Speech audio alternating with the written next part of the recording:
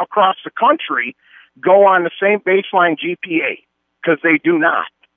When you got in college, I'm sure you figured that out, that there's kids that are in college that carry a 7 GPA from their high school or their state. That's the way they do it. So you're saying the colleges are basing it strictly on GPA. I don't believe you're correct. Not all because I know kids that have gotten into other colleges with lower GPAs. There are colleges that do. I know over here at PNW now, I heard that the minimum GPA graduating high school is a 3.0 that you have to be even considered for acceptance. So did they base anything on SATs? Well, yeah, you have to have a certain SAT score, too. I'm not sure what that is, but I knew the GPA. This was in kind of combination. You have to starting a 3.0. Okay, so what if it's a known fact that some kids can run GPAs with no problem and they test cruddy? What about that then? Well, trust me. So are we going to change that? Change the testing for the SAT or change what? Sure. Yeah, is that what you want to do for the college? I mean, everything you're basing on is a goal to get into these colleges. Well, it's not completely that. I think it's a larger scale competition that it doesn't breed that push towards being better if we don't have a goal to attain. Well, but I'm here personally to tell you that it doesn't matter, because I lived through it. And believe me, it was never a goal on, getting that title. And I saw what my son and what a lot of other kids could do, not basically worrying about that goal, because I knew quite a lot of those kids. So if we'll just leave it at that. Thanks for the call. Definitely. Yep, have a good bye. weekend. Let's go right back to the phone line. Talk to Mad Mac. Go ahead, sir. Was that last guy concussed, or is he suffering from dementia or something? I don't think so. He says his kid isn't concerned about where he ranked or attempting to be a valedictorian or salutatorian, and yet he got in the competition to be the exact thing. Did I miss something or what?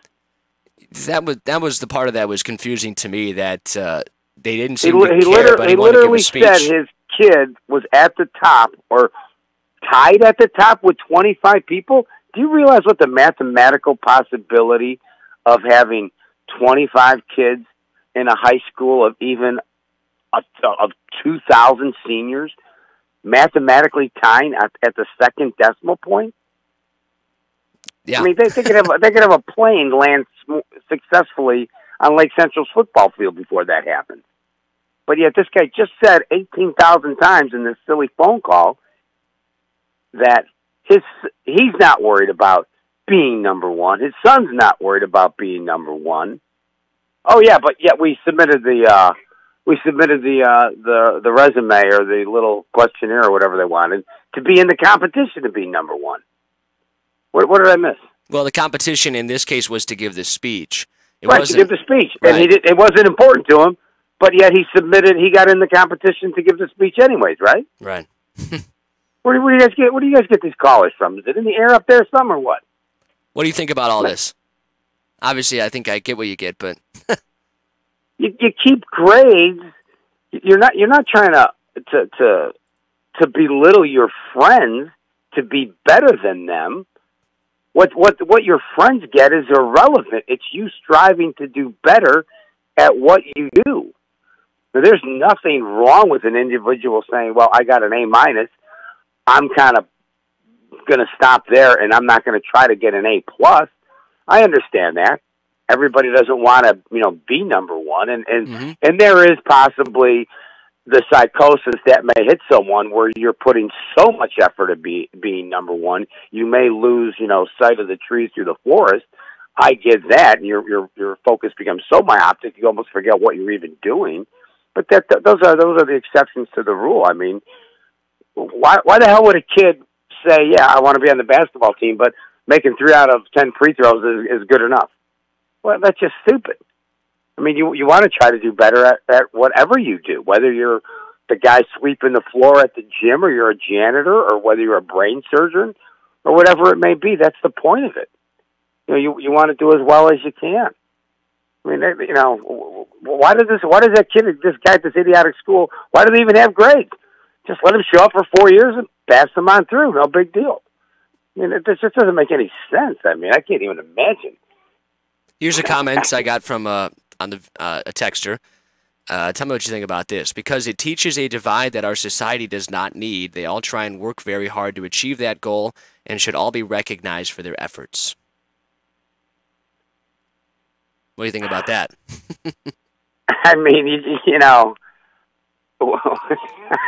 it's, you know, why don't we just not have, when you have the Olympics, just as everybody walks in for the opening ceremony, just give them all gold medals.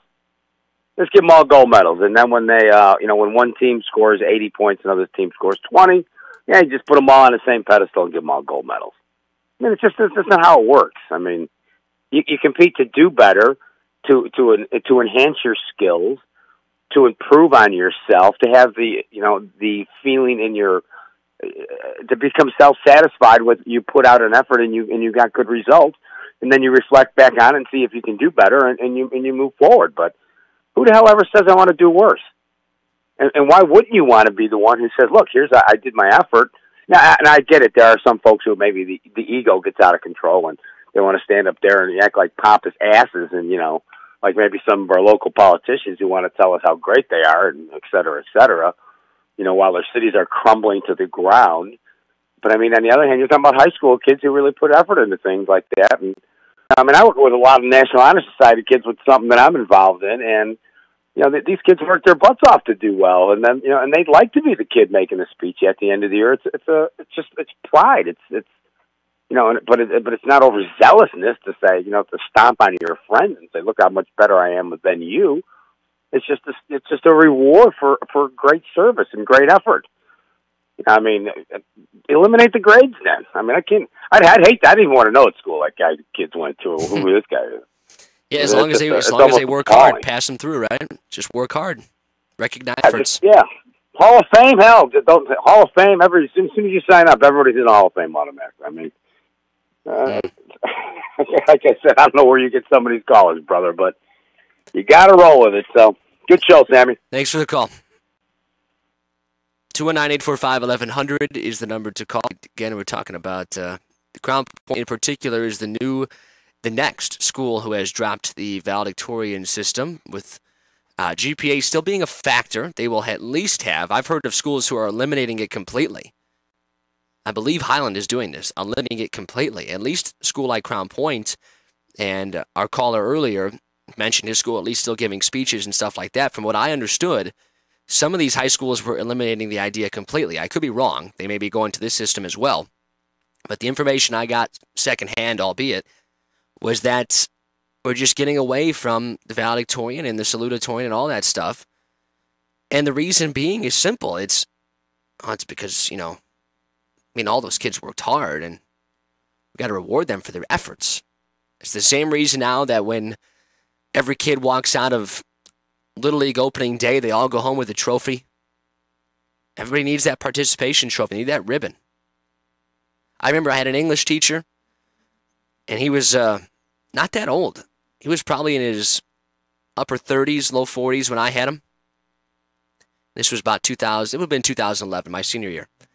And he was telling us about when he was back in elementary school and how the world was just kind of starting to change back then, or at least our country was. I don't know if this is everywhere else in the world too. Not all countries are like this, but we're getting there in a hurry. That he was in 5th or 6th grade in elementary school, and they had like a field day, and they had a competition where they would run kind of like a track thing, right?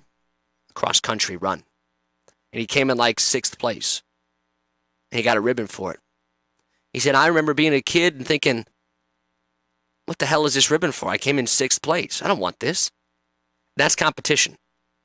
Our varsity coach last night had a conversation with my freshman baseball team, basically saying he's heard from the gym teachers that, well, you know, coach, your freshman athletes in gym class, they didn't really try that hard.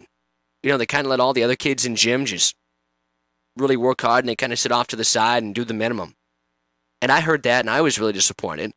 And he gave him a little speech for a minute. And I remember thinking, I'm sitting there thinking to myself as he's talking to him, you know, me and my buddies just played. We had one nice day in February, I remember, and it was about 55 degrees, and we played 2-on-2 basketball. And I wanted to win so bad. I wanted to win so bad. It had never happened. And we win. And I was mad if we didn't. Back after this, voice and face of the region, Sam Michael in for Jim Dietlow here on WJOB. Ironworkers Local 395, through their contractor employers, the Northwest Indiana Contractors Association, are the workers you see building Northwest Indiana. They are the craftsmen building your schools, hospitals, malls, steel mills, and manufacturing plants. They support local charities, including Tradewinds and Chasing Dreams, and they coach your kids after work and on the weekend. They live, work, and contribute to all of our local communities' economic growth. To find out more about these organizations, visit ironworkers395.com or nwicontractors.org. ARW Pro Wrestling, the best in the Midwest, returns to Morton High School in Hammond, Indiana. Max Holiday with Ivan Manson to face Old School Manson and Drex Odell. Mr. M80 Marche Rocket versus the Dark Horse, Nick Cutler. Greg Glover takes on Anthony Totelli. Moxie Molly meets Stacy Shadows for the first time. Aggravated Assault butts heads with the Machine and Johnny Showtime. And in a three-way dance, Excalibur versus Dave Allen versus Theo Storm. All the titles are on the line. Saturday, April 14th. This is a fundraiser for marching band uniforms. Doors open at 6 p.m. Showtime, 7 p.m. ARW Pro, the best in the Midwest. Morton High School, Hammond, Indiana. Saturday, April 14th. All the action, all the excitement, and everything you'd expect from ARW Pro. Rush Radiosurgery deploys revolutionary technology in the fight against prostate cancer in just 5 outpatient treatments. With radiosurgery treatment for prostate cancer, there is no pain, no surgery, and you can go back to your normal activities right after treatment. Prostate cancer does not fight fair, and neither should you. For more information, contact Rush Radiosurgery at 312-942-4600 or visit us at rushradiosurgery.com. No case is typical. Results will vary by patient, and there's no guarantee other patients will experience these results. Men, are you taking Viagra or Cialis for ED? ED should not stand for expensive drugs. If you're taking Viagra, talk with your doctor about Sildenafil. Now you could get the same active ingredient in Viagra in generic 20 milligram tablets for less than $2 each, saving over $30 per dose. Available at Vito's Pharmacy. Call us 219-228-7200 or visit us at vitospharmacy.com. Vito's Pharmacy. When you're in the dark, where do you turn to find a trusted professional who can assure the safety of your home or business electrical system? Certified Electrician is here to help. Looking for a highly skilled electrical contractor for your next construction project? CertifiedElectrician.com is where to find one. We connect you with pre-screened electrical professionals living right here in Northwest Indiana. Experts in residential, commercial, voice data video, and signage. Certified Electrician can fulfill all your electrical needs. Visit CertifiedElectrician.com. Men in Kilts is back. The Lake County Sheriff's Department Pipes and Drums annual fundraiser is Saturday, April 21st from 5 to 10 p.m. at the 4-H building, Lake County Fairgrounds. Featuring bagpipers, Irish dancers, silent auctions, and other entertainment. Tickets are $10 at the door, which includes your food and beverage. Come out and support this family-friendly event as we raise funds to honor our fallen brothers and sisters who have given their lives in the line of duty. That's Saturday, April 21st. Kids are welcome. For more information, see our Facebook page, Men in Kilts 2018. Do you have a news, weather, traffic, or sports update? Text us at 219-845-1100. 612 here in the Calumet region. Sam Michaels sitting in for Jim Dietlow this morning on JED in the region as we take a look at that traffic and weather. You just heard that promo there. If you want to, give us a call or text if you have some traffic or weather, or if you just want to add to the conversation, 219-845-1100. Let's first look at traffic before we continue the program here this morning. And if you want to continue the conversation on valedictorian, salutatorian versus summa cum laude, or even having none of that system altogether, feel free to do so. Otherwise, we will transition the conversation. Right now, traffic, and we have some issues a little bit on the Eisenhower heading into Chicago. Things starting to back up at Wedgwood Drive up to Harlem Avenue. Not too bad, though. Stevenson South Central up to South Kedzie Avenue is a slowdown spot. You run into a little bit of stop-and-go traffic around East 103rd Street on the Dan Ryan heading into Chicago. Other than that, though, things are pretty good. And those issues really are not that serious, just for a couple of miles there. And then you're pretty good to go the rest of the way. Other than that, all the roadways are clear, and traffic is brought to you by Napleton River Oaks Honda. Visit them at riveroakshonda.com. 36 degrees right now and clear. 38's our high today. Clouds giving way to some sunshine this afternoon. Tonight, only 20 degrees, partly cloudy, and as the forecast said, quite cold. And that will be the case tomorrow, 37, sunny and cold. Sunday, 39. Next week, Wednesday, is when things will hopefully start to actually be spring. 55 degrees on Wednesday, and a mixture of those temperatures between that and 60 degrees for the rest of next week. And hopefully that becomes the low bar, that 50-degree temperature, until about late November. How about that? Looking at the stock markets overnight, the Dow Jones future is down 193 points. S&P 500 is down 19. The NASDAQ is down 53 so far. 219-845-1100 is the number to call if you want to, again, chime in on the conversation. Facebook has been a big topic the last few weeks. Mark Zuckerberg is going to, I believe, appear in front of some of our members of Congress, and he acknowledged yesterday, according to reports, that most of its 2.2 billion members have probably had their personal data scraped by malicious actors. And that's the latest example of the social network's failure to protect its users' data. Not to mention its seeming inability to even identify the problem until it's already embroiled in scandal.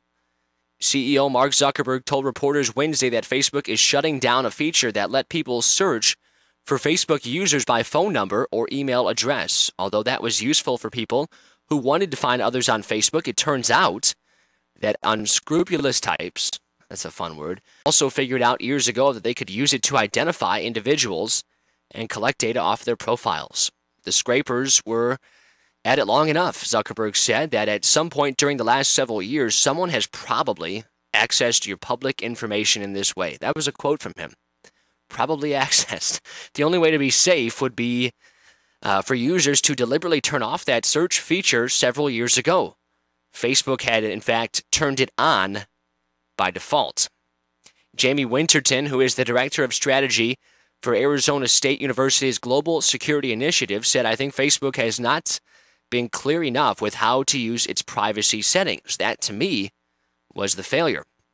The breach was a stunning admission for a company already reeling from allegations that the political data mining firm Cambridge Analytica inappropriately accessed data on as many as 87 million Facebook users to influence elections. Over the past few weeks, the scandal has mushroomed into investigations across continents, including a probe by the U.S. Federal Trade Commission. Zuckerberg himself, in fact, will be questioned by Congress for the first time on Tuesday. The FTC looked the other way for years when consumer groups told them Facebook was violating its 2011 deal to better protect its users. But now, the Cambridge Analytica scandal has awoken the FTC from its long digital privacy slumber, said Jeffrey Chester, who is the executive director of the Washington-based privacy nonprofit Center for Digital Democracy. Neither Zuckerberg nor his company has identified those who carried out the data scraping, so they still don't know. Outside experts believe they could have been identity thieves, scam artists, or shady data brokers assembling marketing profiles. None of those would be really shocking in any way, shape, or form. Now, the question I have for the listeners out there, if you're driving around, heading into work, going anywhere, if you have a Facebook, has something like this made you reconsider keeping your Facebook? Are you shutting down your profile and making sure that you don't have an identity theft issue going on, or all of a sudden someone's got hold of your bank account? Because if you keep in mind a lot of this stuff, it all seems to be connected together. There's so much, everything's just online now. And it almost leads to a bigger discussion about, and this is really showing how easy it would be for a country. We've talked about a trade war, but how easy would it be if a country was able to gain access to our different servers and stuff like that? I mean, everything we have in this country is now, if it's not already there, being pushed to online. I mean, your bank went there a while back. They send me notifications all the time telling me, oh, you know, you can get rid of your monthly statement on paper. We won't send it to you. All you have to do is click this button. They're encouraging you to do that. Why? Well, it's really simple. It's easy for them, and it saves them money. They don't have to send out paper. They don't have to pay for postage. So it's simple. I understand why they're going to it. But is it safer? it's hard to say. Now, if you're like me, and I almost don't want to say this, but I guess if somebody figures out my password, they're probably going to get me anyways. I've got a number of accounts. I've got a Yahoo email address. I've got a Gmail, actually a couple different Gmails, one through here, through work, and a personal one, and then actually another one through Highland for where I coach now. So I've got 4 different emails. I've got countless accounts, MLB, TV accounts, different accounts for apps and social media to use, streaming devices, and all that stuff. So you've got passwords that go with all of them. Now, they tell you to have a different password all the time. But who really does that? I mean, I don't have the identical password, but I've got a group of about 5 to 10 passwords that I basically use on everything. And that goes for my online banking system now. So the worry is, if someone figures out one of them, and they're obviously experienced in hacking, and they can, put these to good use for themselves, bad use for everyone else. The worry is that they'll have this, and it'll be easy for them to hack. Now, if you think in a high-end scheme, these hackers have to beat firewalls and different protections in our governments. Well, our government's gone to all that stuff. The CIA, FBI, all those files are kept electronically. They have pushed those all to databases and stuff like that. I mean, obviously we know that, at least I would hope you do, from the 2016 election, where one of the biggest discussions, obviously, was Hillary Clinton's use of her emails, right? And why was that such an issue? Because of the security issues that it basically undermines. That, if you let your one aide over here have access, and you think, oh, it's no big deal. Well, if then they think that all of a sudden somebody on their email, you send them an email from that server, and they see an email, it just creates a disaster potentially. And that's why it was such a big deal. Some people are like, oh, it's not that big a deal. It's just an email. No, but that email specifically has obviously important things on it. And people have said, we don't think we're protected for something like this. So I don't know.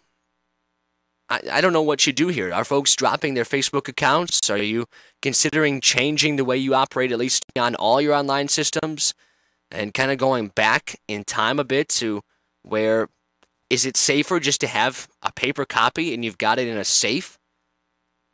It's kind of a toss-up. Remember, when we went to all this stuff, this was supposed to be easier, supposed to be safer, gets rid of the paper trail.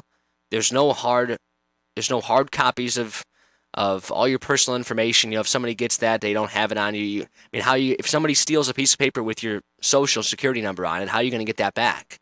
You're never going to, unless you catch the person who stole it, right? But now you think, okay, they got to know your password to get on. But what if they figure it out? What if they figure your password out? What if hackers in different countries are able to figure out the passwords and the different firewalls that are protecting our government and the secrets that it presents there too? Texter says, why is it when Obama did this using Facebook, he was considered the smartest man on earth and no one minded at all? I'm not sure what the texter references completely, but that's from a 219 number. So what do you folks think about this? I mean, it's Facebook and basically saying, well, if you used Facebook, and unless you just got on and like yesterday, your personal information was probably out there. They probably got it. Seems a little bit eerie to me, if you ask me personally. And I'm not going to get rid of my Facebook. Obviously, I use it mostly, I still post stupid things on it, but I use it mostly to try and promote our broadcaster. If I'm going to be on hosting something, filling in for this. And that's what I'm all for. Instagram, Twitter is more of a personal sports thing still. I tweet out stupid stuff, but I still use it to promote, and that's the biggest reason I wouldn't get rid of it. But what do folks think about their personal Facebook? You're going to get rid of one? Would you say you never would have had one? Interested to know. Let's see what Dave from Gary has to say of it. Go ahead, Dave. Hi. Good morning, Sam. Good morning. It's, in your previous texture, the only thing I could think of is in regards to President Obama. He was the first president to really campaign to a certain demographic on Facebook. I don't know what the texter had in mind, but he was really the first president to utilize it in that way, not how it's being used now through a third party. But I watched actually a show in regards to Facebook, and was lengthy in regards to, do you want to deactivate or get rid of your Facebook account? And this woman that was doing the show said, you might want to think twice. You might want to go in, and I'm gonna tell you, it was pretty detailed. And I'm not a real, I would say electronically challenged to a certain extent. I could surf my way around pretty good, but I mean, this was 4, 5, 6 screens deep in Facebook. How you can, put default settings in, and firewalls, and your preferences, and the one thing she emphasized, and you've seen it, I'm sure a lot of your listeners, when you go to a certain site, or you're searching for something, and it says, do you want to use go through your Facebook? I'm sure you've seen that. I mean, I've tried to I've logged onto my bank before, and it says, do you want to access this through Facebook? This is where the data mining comes in, the massive data mining. I mean, they know when we log in, they know what we're logging, they as in Facebook, everything we search. And I'm sure, anytime you do a search, and all you need to do is look in your spam file, because I have my preferences. I have so many blocks on mine because I just don't want that stuff. The next day you open your spam file. Let's say I'm looking for, I'm looking for a blue kitchen sink, right? Mm-hmm. Let's say I search blue kitchen sink. The very next day, I probably have 15 to 20 different things in my spam file and my regular file and my inbox in regards to blue sinks. So where is all that information coming? See what I mean? Yep. It's pretty dangerous. But you just can't get rid of. I would discourage someone just get rid of their Facebook account. But there is a way, and it's not heavily publicized, to really tighten it up a lot. All your personal settings and your personal preferences. You can do it, but and I recorded this show, and it's. They don't make it easy. I think, to cut to the chase, they don't make it easy to put up all these firewalls and blocks. But it is, with this, the generations behind me, I think this is the new normal. It's not normal for me because I don't put any personal things. I don't put vacation pictures on there till I get back from vacation. I just don't trust anybody. And I think maybe that's the mentality that I have. I'm just not a real trusting person in regards to somebody I'm not face to face with. But I just like to hear your opinion, and again, I really highly recommend, and so does this expert, not to go to other sites via Facebook. And that's about the only thing I could tell people. That's a dangerous thing to do. Yeah, and I'll just admit that I've done it, and one of the biggest reasons why I've actually done it is because the password to your Facebook, and sometimes these other accounts, you're like, I can't remember the password. I'll just go through Facebook, and it seems easy. But yeah, you're right. I was just going to say the same thing you said. That yesterday, in fact, I had gone on Facebook, and then I opened Google Chrome on my phone, and at the bottom, the top 3 stories were all things that I, either a famous person that I followed on Instagram or something like that, and it was like highlighting a story about them, and I'm thinking, wait a minute, why would that be at the top of the news? And then it clicked for me really quick that I was just scrolled past them on my Instagram page, and here they are. They're feeding you what you want, and that's the gluttony of this electronic age. They're giving us everything, and we don't have to work for it. We don't have to search it. We don't have to, there's no more dictionaries, right? I mean, you don't go through that anymore. You don't go through the World Book Britannica, right? That my mother worked so hard to pay for. That was on a bookshelf, and you go to book T, and you picked up, everything. You searched everything. And I know encyclopedias are extinct, and they've been extinct for a long time, but at least you had to work for it. Yeah, yep. Thanks, Dave. I appreciate it. Thanks a lot. That makes me think of, before we hit a break here, makes me think of Friends. Joey bought that, he only had enough money to buy one of the encyclopedias. Guy came to his door, was going to sell him all the encyclopedias, and it was going to cost him a couple grand.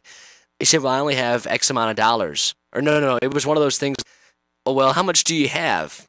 And he said a number. He goes, oh, well, that's how much one book costs. And he bought the encyclopedia, and it was like the letter T or something like that. And it makes me think of that, yeah, it was expensive. But you used to have, I remember in elementary school, we had that, my 5th or 6th grade year. You know, you needed information about a history project. There we were, coming through the encyclopedia. Times have changed quickly. There's no doubt about that. Let's take a break. Sam Michael in for Jim Delo this morning. If you want to chime in on the show, 219-845-1100. Take some calls for sure on the other side of this break here on the voice and face of the region, WJOB. Do you have a family history of heart disease or diabetes? St. Catherine Hospital Cardiovascular Prevention Center providers are offering free assessments to help determine your risk for heart disease and other related medical conditions. On Mondays, Tuesdays, and Thursdays from 9 to 11:30 a.m., you can stop by the center at 7217 Indianapolis Boulevard in Hammond for assessments like an ABI leg circulation test, blood pressure, body mass index, random glucose assessment, and more. You must be 18 or older, and walk-ins are welcome. You have only one body. Let St. Catherine Hospital of Community Healthcare System help you take care of it. You can also call 219-392-7CVP to book an appointment today.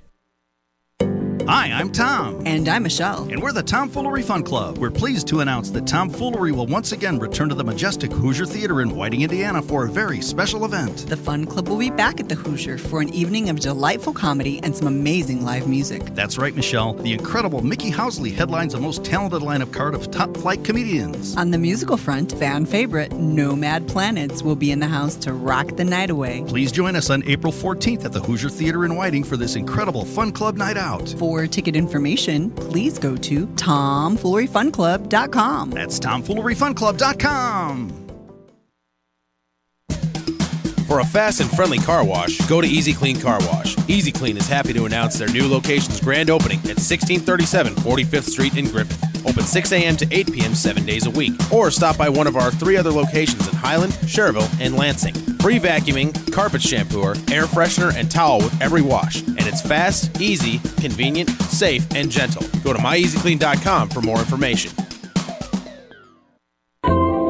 JED's Garden Family Restaurant, located at the corner of Klein and Ridge, is Griffith's locally owned family restaurant with a down-home feel and made-from-scratch favorites you'll love. Open daily from 5 a.m. to midnight, JED's features all-day breakfast, lunch, dinner, and night digs. For family-friendly dining with free Wi-Fi, stop in today at JED's. With your meal, make sure you try our award-winning lemon rice soup. Mention WJOB to receive 20% off your order at JED's.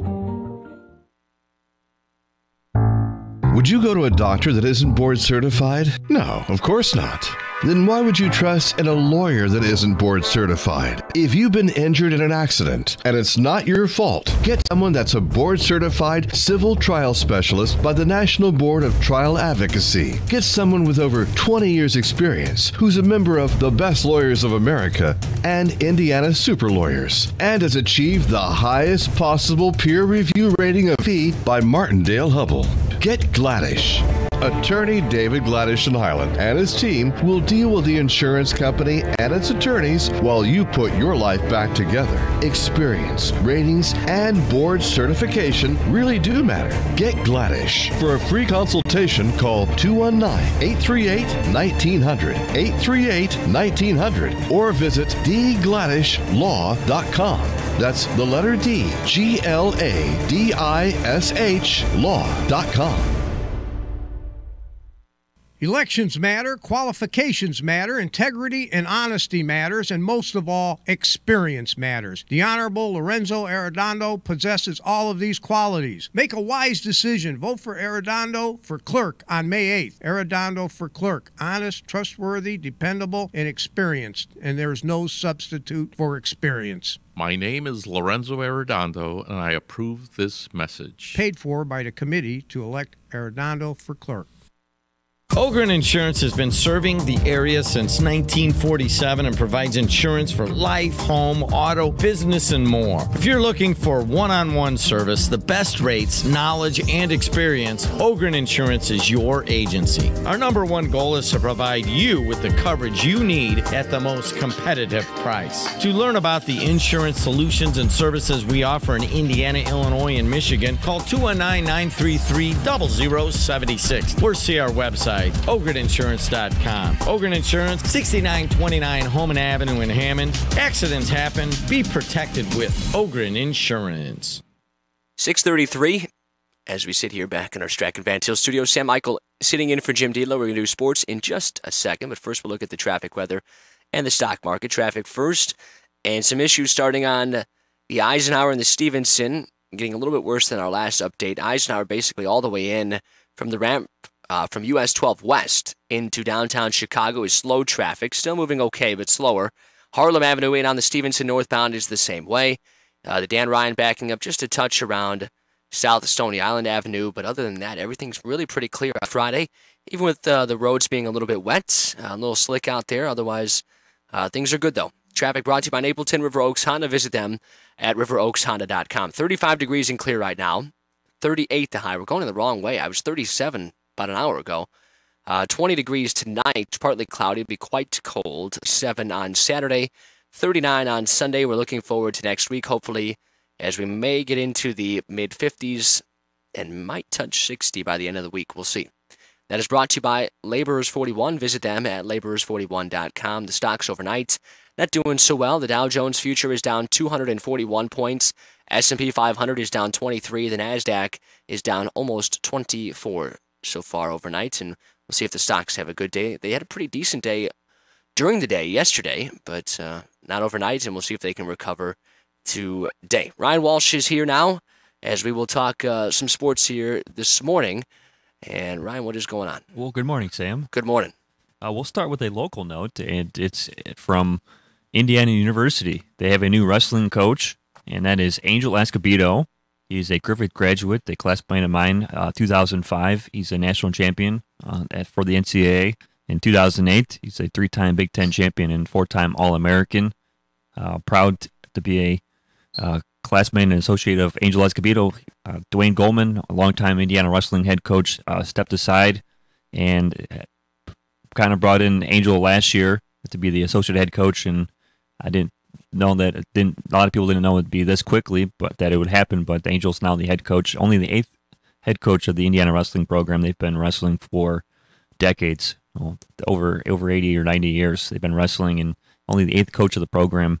And it's a proud note for the region. I mean, we pride ourselves on being a region wrestling area. In addition to basketball, we've had so many guys go down to Indianapolis and medal and win state championships for wrestling. And he was one of them 4 times in high school at Griffith. So it's a proud moment for wrestling in our area. So he was a state champ at Griffith. Obviously, he had been coaching. As you mentioned, he was the assistant last year. Yep, he was an assistant at Iowa State for a couple of years while he was training. He did not make it, but he was trying to make the Olympic wrestling team for USA. And he was a full-time assistant coach at Iowa State. And then he came over to Indiana, with his alma mater. And then now he's the head coach. Was he coaching at the high school level around here too, I would assume, or no? Jumped straight to college? Just went straight to college. Okay. Did it while he was training for the USA Olympic team. And still pretty young, I think, right? Yeah, we're 31 years old. Good for him. Yeah, definitely. I mean, getting a Division I job at a Big Ten college like that in any sports is impressive for a local guy. We don't see it too often. Really rare, so congratulations for sure. And I'm not surprised at all. Knowing Angel since elementary school, he's somebody that you would look back on, and if you had to write down somebody in the class that you would think would succeed and do well and get to their dream job, he would be at the top of the list. He would actually be the one out of my graduating class that I would have said, if you had one guy or one girl, he would have been the guy that said, hey, he will be at his spot. He's got the determination, he's got the drive, he's got the demeanor, and he's got the heart to get there. So did you vote him most likely to succeed? I don't know if we had that or not. No, you guys didn't do that stuff? I think we had like class clown and best looking girl and best looking guy. I can't say that. Yeah. Not anymore. It's offensive. Yeah, it's 2018. Can't say anymore. What else going on? Well, the White Sox, they fall in their home opener, and it's a tough one. They had a 4-run lead late in the game, and they lose 9-7 to the Detroit Tigers in 10 innings. What was Hawk Harrelson's last home opener as the broadcaster of the Chicago White Sox. A sad day for him as he puts his heart on the sleeve. And the White Sox fielding letdown closer Soria. I don't know if you watched any of the game. A couple of bad mistakes in the outfield, overrunning baseballs and not playing the ball very well. I don't know if it was the snow or the traction on the grass, but a couple of knucklehead plays in the ninth inning doomed the White Sox, and they end up falling in 10 innings. Yeah, there's going to be, a lot of my buddies have started talking about, well, maybe you look at the Central and it's kind of, the Indians are in there and the Twins, and then the Tigers are so bad that, maybe the Sox could beat up on the Tigers and they might make it interesting for a wild card. I'm like, all right, guys, just pump the brakes. This team's still going to lose their fair share of games. And yesterday, I think, kind of shows why. There's some exciting stuff with the offense. They score 7 runs. Feel good about yourself 3 outs away from a W, but that's Joakim Soria. That's their closer? Yeah. Oh, I did not know that. I've not made a trade paid for enough him. attention to the Sox to know that. So Joakim Soria would have been a good closer if it was like 2010. Well, he had pitched a good night on Wednesday night. Okay. He had a pretty quick 9th inning, but 2 nights in a row, I picked up on watching some White Sox baseball. And a lot of the talk is about the bullpen is bad and the pitching is not ready yet. Well, I saw outfielders and infielders screwing their pitchers over. Yeah. I mean, not to be over the top on criticizing, but just bad. I mean, you guys are on the professional baseball league roster. Act like it, play like it, and right here in the headline, it says, "Well, Soria blowing the save." Well, he gave a couple hits, but his guys doomed him. I mean, you have to hang your head as a pitcher because you put yourself out there on the line and they don't do their job and they missed a cutoff man and they overrun baseballs. I mean, that's Little League garbage. I mean, Little Leaguers don't even do that anymore. Yeah. I mean, we saw the World Series last year. Mm-hmm. We didn't see any overrunning baseballs in the outfield. Yeah, it's not just the pitchers; it's the position players too, not totally ready. So, I mean, this is a team that might win like 75 games, but it's a team that's just not still ready. In the 5 years or whatever the plan was, be realistic about it. I mean, losses like yesterday are tough, and the elements maybe played a factor, as you mentioned. So, we'll see going forward. They could surprise and could make me eat my words on that, but I doubt it. But we'll have to see. What else is going on? Chicago Cubs beat the Milwaukee Brewers by a score of 8-0. They get 6 innings out of John Lester. Shutout baseball from Lester. A rocky opening day start from Lester. Didn't even last 4 innings. They get the 500th career hit from Chris Bryant late in the game. Jason Hayward hits a 2-run bomb. So things were clicking for the Cubs. And scary note for the Brewers. Their closer slipped, and Nebel, they think it's a hamstring injury. They're not sure the extent of it, but did you see that? It was a pretty nasty fall. It was a non-contact injury. I was at a buddy's house, and we were watching the Cardinals, and then as I was leaving, we kind of flipped back just to see what the score was, and they were attending to their closer, Corey Knebel, and he was, I didn't know it was him. It was just a guy with the trainers. I'm like, oh, that doesn't look good. And then I ended up going home and watching a quick pitch or something like that, and they said, oh, Corey Knebel suffers a scary, so it sounds like his hamstring just blew out, or I don't know what happened, but I remember a couple of years ago, the Cardinals played the Mets. I think it was their opening series, and Jonathan Neese, if you remember him, the left-handed starter. Yes. He was pitching, and all of a sudden, just kind of fell on a pitch. And he's, going, shaking his knee. When you, crack your knee, right? Your knee's tight. And he's like, oh, my knee. So he goes to throw another pitch. They had him, let's see if he's all right. Let's have him test one. And he threw it and just totally collapsed. His leg broke. His leg broke. And it was, I remember seeing that, and it was I was like, oh, my God. It was full to see, and I can imagine last night was probably similar to that. And going to be questions to counsel because they were down out of the game. I know they got to get their pitchers in. Yeah, the Cardinals just played them. He didn't appear in the entire 3-game series, so I'm sure he hadn't worked in a while. So that was part of it. But you're right. When you're down by that and you see your guy in there, it's not a save situation or at least like a tie or 1-run game. Everyone's like, what's he even doing in there? But if nothing happens, nobody would have said anything. But now that there's an awful injury, people will question you, right? So let's look at Chicago baseball from last night. Chicago hockey making the national headlines in the league.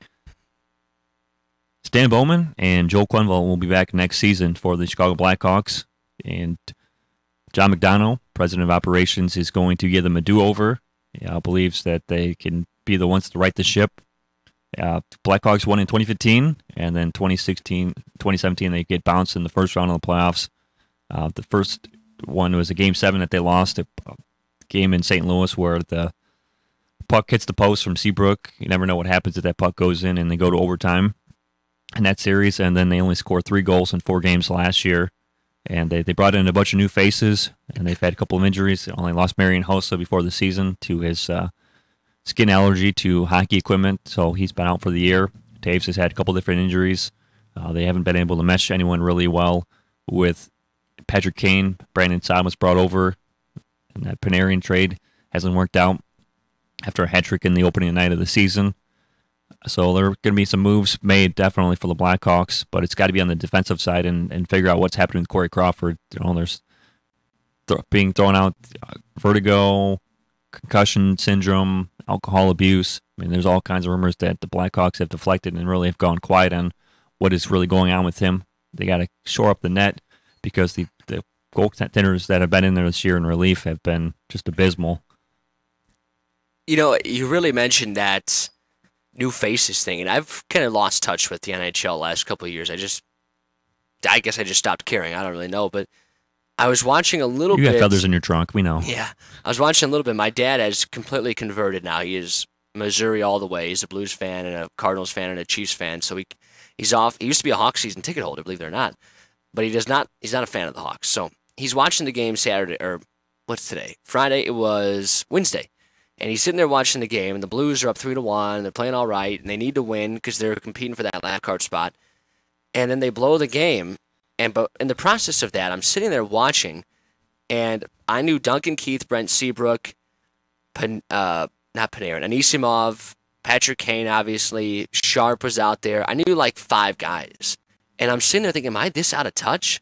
I think it's a combination of yes, and they have really turned over the roster in just a couple of years. The stars, the notoriety guys, you see Taves out, as you mentioned, and Hossa, and I mean, Keith and Seabrook don't nearly play as much as they used to, I gather, because they were not out there that much. No, and they were. I watched. And for how far they dropped down, they're off the top power play line. And the last goal that Keith scored, they were on the second line, that second unit of the power play. They said it was only a second goal. Second goal. And he's a defenseman, but he's normally like at least a 5, 6, 7 goal guy. Mm-hmm. Yeah, so I don't know. And as you mentioned, we looked in the paper. You showed me yesterday, and they were buried in that sports section. One sentence. Yeah, after being the talk of the town for a while there, when the Cubs were going through their rebuild, the Sox weren't playing great, and the Bears were playing all right in stretches there. Towards the end of the Jay Cutler era, it was kind of a roller coaster, but they were the toast of the town, the talk of the town, whatever you want to say, and now here they are.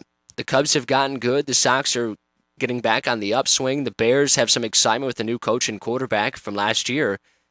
And there the Hawks are now buried. That's Chicago, though. I mean, Chicago, everybody always says, is a Bears town. And then the Cubs probably come in second, and the Hawks were kind of buried for years. The White Sox were probably in front of them. But the Hawks jumped all the way to the top there for a while. But here they are again. They may be at the very bottom with the Sox kind of even. And that's how the city goes. It's kind of like, you know what? What have you done for me lately? And if it's nothing, well, my channel's on a different channel. My TV's on a different channel. I'll make one last comment about the Blackhawks, and I'll kind of cross sports here with the comparison.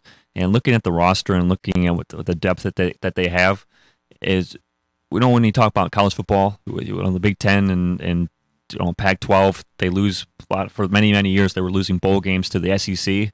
Mm-hmm. It's a size difference. And looking at this Blackhawks roster, the forwards and the defensemen, when they're playing the Nashville Predators and the Colorado Avalanche, the St. Louis Blues this year, Pittsburgh Penguins, they've got a lot more size. They got some stronger guys, bigger. Maturity.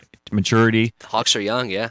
But size, the big difference in strength. You used to see these guys for the Blackhawks, in addition to Kane, Taves. Hossa's a big guy, took up a lot of space and was very physical, hard to get off the puck. A lot of these guys that the Blackhawks have now, if they don't get by guys, they can't fight their way past them. They have to put on their jets to get by these defensemen. If they don't do it, then they just clear the puck right away. So they got to get stronger. They got to get stronger and bigger, and that's going to make a difference going forward. They got to get bigger because the speed is not working for them right now as it used to, and the game has changed again. When the NHL changes so many different ways and so often, with goalies, with they're not as protected as they used to be, and the padding and all that. They've got to get bigger and quicker. So that'll do it for sports here. Brought to you by Johnny's Tap. We'll keep you up to date. We're scheduled to do some PNW baseball and softball this weekend, but the weather's not looking like it's cooperating for the weekend. Yeah, I believe, if I remember right from yesterday, I think those games, at least broadcasting them, have already been canceled, haven't they?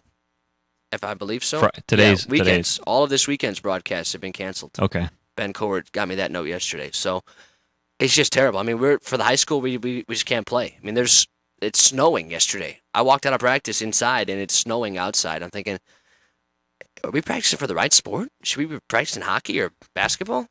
But here we are. It's hard to believe. But this is what we've got. One surprise back with the Hawks for a second, though. I am legitimately surprised. I really thought Joel Quenneville himself was going to step down. He seemed like he was toward the end, but he's a competitor, obviously. He's a big-time competitor, and here he is coming back, so he wanted to be back. I mean, it was obviously, otherwise he wouldn't be, but I thought if it was up to the Hawks, he would come back, but I really thought that he was going to be done last year, but definitely this year if they didn't make the playoffs, but I guess I was wrong. Yeah, he's the second winningest coach all time of the NHL. He's still the winningest coach in St. Louis Blues history, and I believe he has become the winningest coach in Chicago Blackhawks history. I just think there's too much pride for him to go out this way, and I think that was part of the thinking of bringing him back, or saying that they're going to bring him back. That at least give him one more chance to get into the playoffs, so maybe win a cup, to go out and at least on the playoff high. Must be because he must again. His pride must be the reason coming back because he's accomplished so much. I mean, at this point, you think to yourself, you know what? We might be a year or two away from being a serious competitor again. So I don't know if I have that much in me, but I guess he thinks he does. And also, they don't think that they have somebody in the minor or an assistant coach on the bench that could take over for him and do well. No doubt about that. All right. Thank you, sir. Thank you. Go to Johnny's tonight. Fireball Friday. You going? Thinking about it. Cubs are on tonight, and they've got the White Sox on as well. $3 Fireball shots. We're supposed to play a game today. I don't think that's going to happen, so we'll see. All right, we'll take a break and come back. Give us a call. Have plenty of news coming up. We've got a guest coming at 7:15, folks from Make-A-Wish, or Little Wish Foundation with the Slugfest coming up, and they'll be in here at 7:15. Mayor McDermott at 7:45. So we've got just under an hour left in the program. Take a break and come back. Sam Michael in for Jim Delo on this Friday. Jed will be back on Monday, and we'll talk to you right after the break here on the Voice and Face of the Region, WJLB. Flu season got you down? Just left the doctor's office and don't want to wait in line at the pharmacy? Hi, this is Ellen from Quick Scripts Pharmacy inviting you to stop into any one of our 3 locations to experience our fast and friendly service to get you out the door and feeling better faster. We accept all insurances, have free local delivery, on-site one-on-one pharmacist consultations, and competitive pricing on generics and over-the-counter products. We are located in downtown Lansing, Illinois, downtown Griffith, Indiana, and our newest location off of 231 in Parrish Avenue in St. John, Indiana. Stop in today. I enjoy watching basketball at home, but I think we should go over to Johnny's Tap in Munster for drinks and fun. Yeah, I like going to Johnny's Tap. Speaking of fun, I'd like to introduce you to Mr. and Mrs. Fun. Mr. Who and Mrs. Who? Mr. and Mrs. Fun, but they're at Johnny's Tap. Okay, I'll see you there, at the corner of Broadmoor and Calumet Avenue. Yeah, I like going to Johnny's Tap. Johnny's Tap. New ownership, now smoke-free, and still the home of Mr. and Mrs. Fun. A real neighborhood type of place. Fill your garage with your dream car during the Honda Dream Garage Spring event going on now at Napleton's River Oaks Honda. They're Northwest Indiana's destination for new and certified pre-owned Hondas. Napleton's River Oaks Honda has a huge selection of brand new and certified pre-owned Civics, Accords, CRVs, and Pilots. Come find out why you always get our best deal at River Oaks Honda. As always, Indiana residents pay Indiana sales tax right off 8094 on Torrance Avenue or online at riveroakshonda.com. Napleton, second to none since 1931. Mayor Anthony Copeland, along with the Department of Redevelopment and East Chicago Housing Authority, cordially invite you to attend the 2018 City of East Chicago Fair Housing Month celebration commemorating the 50th anniversary of the Fair Housing Act of 1968. This free event is on Wednesday, April 11th from 10 to 11:30 a.m. at the East Chicago Public Library, 2401 East Columbus Drive. Guests can tour the exhibit in the John C. Templeton Gallery at the main library, featuring artwork from the students at Joseph L. Bach Middle School. To RSVP, call 219-391-8513. To the millions of you who have defended our freedom, here's a chance to find some of your own. Now through September, Calumet Harley-Davidson is offering a $99 Harley-Davidson Riding Academy Basic Rider course for all eligible current and former U.S. military personnel, first responders, and your spouses who do not have a motorcycle endorsement. Simply log on to calumetharley.com/American Heroes for details. Classes must be completed by September 30th, 2018. Open to eligible service members of U.S. military, fighters, law enforcement, paramedics, EMTs, and their spouses only. Age 18 and over. Dealer participation may vary. Course availability on first-come, first-served basis. Void where prohibited or restricted by law. From the Strachan Van Til Studios, your local Strachan Van Til has some great products on sale this week. Here's a few items you might want to add to your shopping list. Smithfield Prime all-natural boneless pork sirloin chops, $1.69 a pound. Red seedless watermelon, $4.99 each. And Hinkley Springs purified water, 24-pack, or select varieties, half-liter 6-packs of Dr. Pepper and Pepsi, $1.99 each. Strachan Van Til, proud to be Indiana-made and dedicated to being Indiana's grocery store. Baxter Printing, located at 3837 Ridge Road in Highland, is a family-owned and operated union print shop that has been serving Northwest Indiana for over 60 years. Our list of satisfied customers range from union locals and politicians to the everyday entrepreneur working hard to get their business off the ground. We help make that happen through our expert design and advice, creating everything from every-door direct mailers to business cards and banners. Why don't you let the Tarosi family at Baxter Printing assist you in your next project? Call us today at 923-1999 and hear me say, Baxter Printing. Carpenters Local 599 joins with other Carpenter locals to build the local economy and has been doing so for over 117 years. We are proud to be a member of the Indiana, Kentucky, Ohio Regional Council of Carpenters, which is threefold: training, professionalism, and partnership. We also offer some of the best benefits in the industry. To how to become a member of Carpenters Local 599, contact us at 219-942-0518 or log on to ikorcc.com. This is Andy Quinnell with the Lake County Republican Party, and you're listening to WJOB 1230 AM and 104.7 FM in Hammond, Indiana. 6:55, a couple minutes before 7 o'clock here. Sam Eichelin for Jim Delo this morning, Jed back on Monday.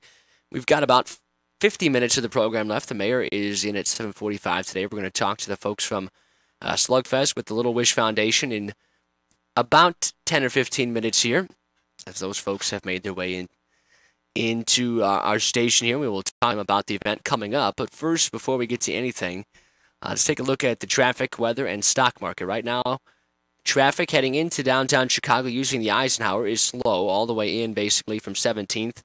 So is the Stevenson, but it's a little bit worse on the Stevenson northbound. Harlem Avenue, really to South Damon, is bumper-to-bumper traffic. Not a good road to take right now. Tri-State Tollway backing up northbound right around Harlem as well. And that goes until U.S. Highway 34. The Dan Ryan has a slowdown around South Stony Island Avenue, and that really goes up to the Skyway. And then once you get past that, things are good. So if you're in a hurry, jump on the Skyway this morning. May be your best bet if you don't want to be caught in traffic, because that looks like it stretches for a few miles there. 80 in both directions is clear, so is 65. Local roadways also look good here this morning. And that is brought to you by Napleton River Oaks Honda. Visit them at riveroakshonda.com. 35 degrees and sunny right now. 38 our high temperature. Clouds will give way to some sunshine this afternoon to 20 degrees tonight.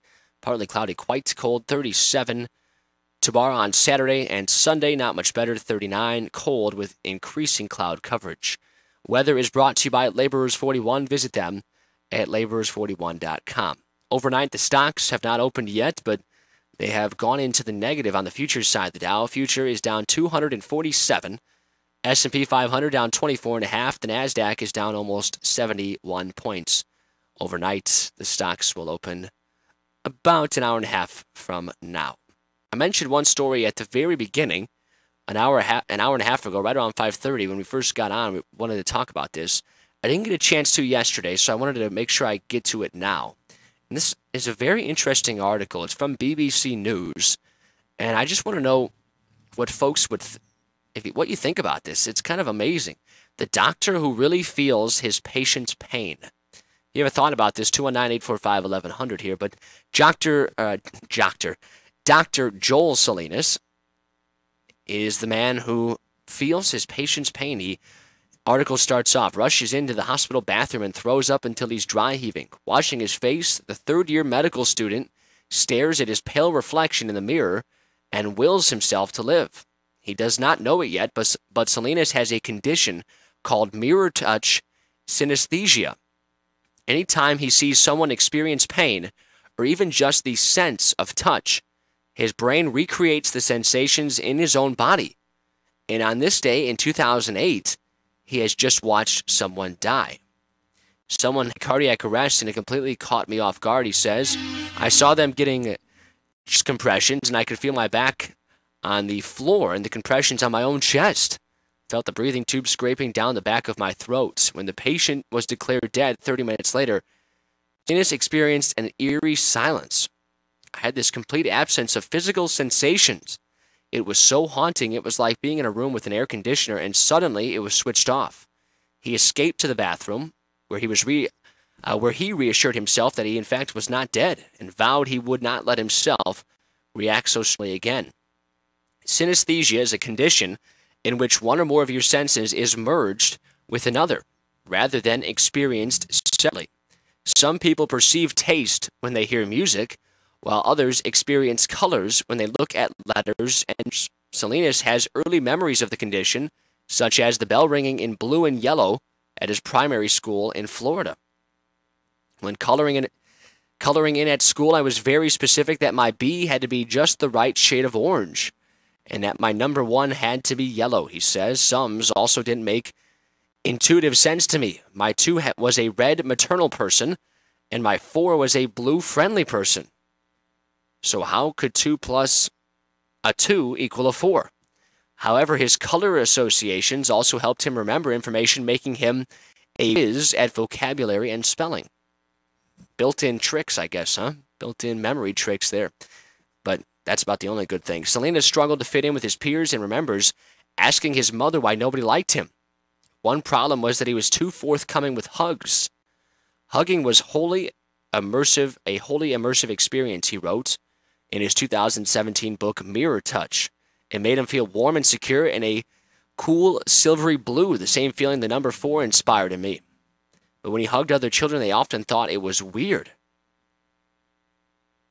Just an amazing article. Salinas realized as a teenager that making others feel better made him feel better. Due to his shared sensory experience, he found he was drawn to healing people and decided to pursue a career in medicine. He hadn't talked about his experience up to this point, as he had just assumed everybody experienced the world the same way. However, on a college trip to India in 2005, Salinas discovered this was not the case. When a fellow medical student described a group of people who perceived colors with letters, Salinas remarked that this was the case for most people. He looked at me and said that's absolutely not the case for everyone, Salinas says. So, just shocking to me. Could you imagine being a doctor and feeling all of your patient's pain and just thinking to yourself when someone gets sick, and you heard there, the guy went into cardiac arrest and he felt like that. I mean, what a weird disease. I mean, we talk a lot about the mental health stigma and all the things that surround that nowadays, right? Obviously a big topic with what's been going on in the country, but could you imagine being that way, a disease where you just feel somebody else nauseous, you feel nauseous? I mean, about the only thing I can think of that way is some people, and I'm kind of this way, if you see another person get sick, you know they're going to throw up or something like that, and you might get a little bit queasy and uneasy yourself. I know when somebody I feel is about to get sick, I'm like, all right, get me out of here. I don't want to see that, because I might be the next one right next to him. But that's about the only thing. I mean, I could not imagine something like that. And there's other parts to it too, obviously. You know, you see colors instead of sounds, and you can taste music, basically, is what that article was saying. It's just a weird thing. Your senses are connected together. And It is one of the more fascinating things that I have ever heard medically.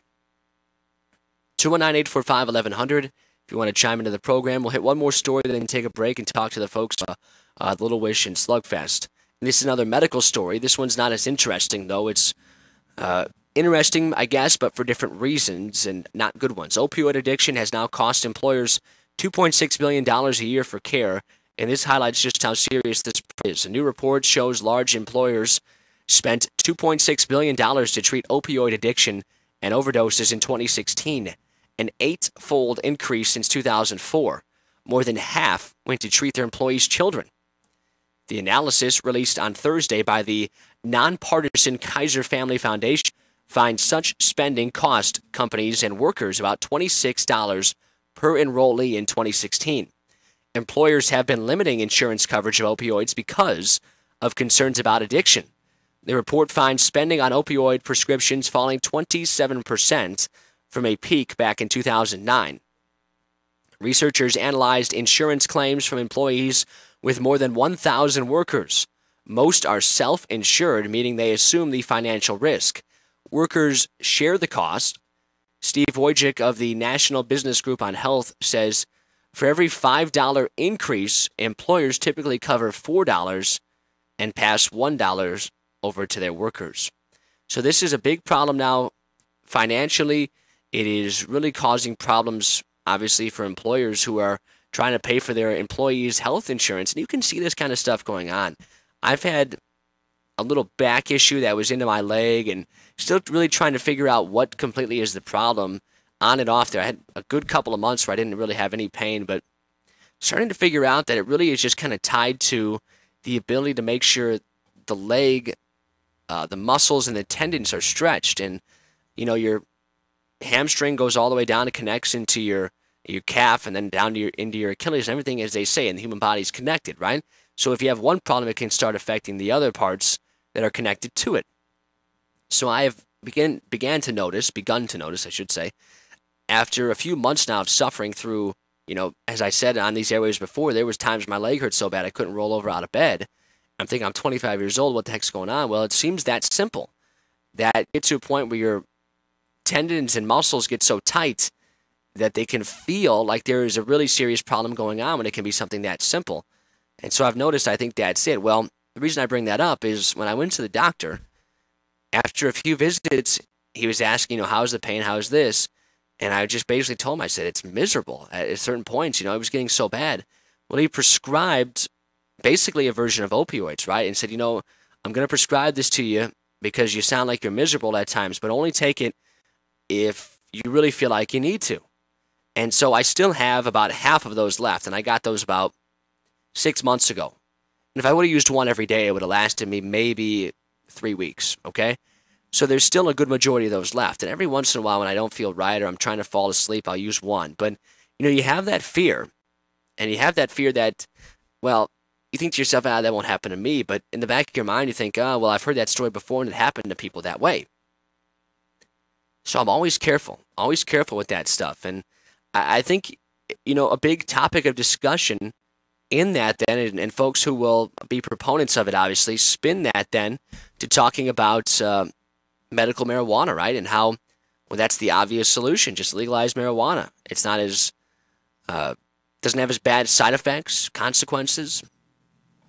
So that's what where the people go with that. And obviously, you know, we've heard Curtis Hill, who's called here, our Attorney General in the state of Indiana, and he's very much against that.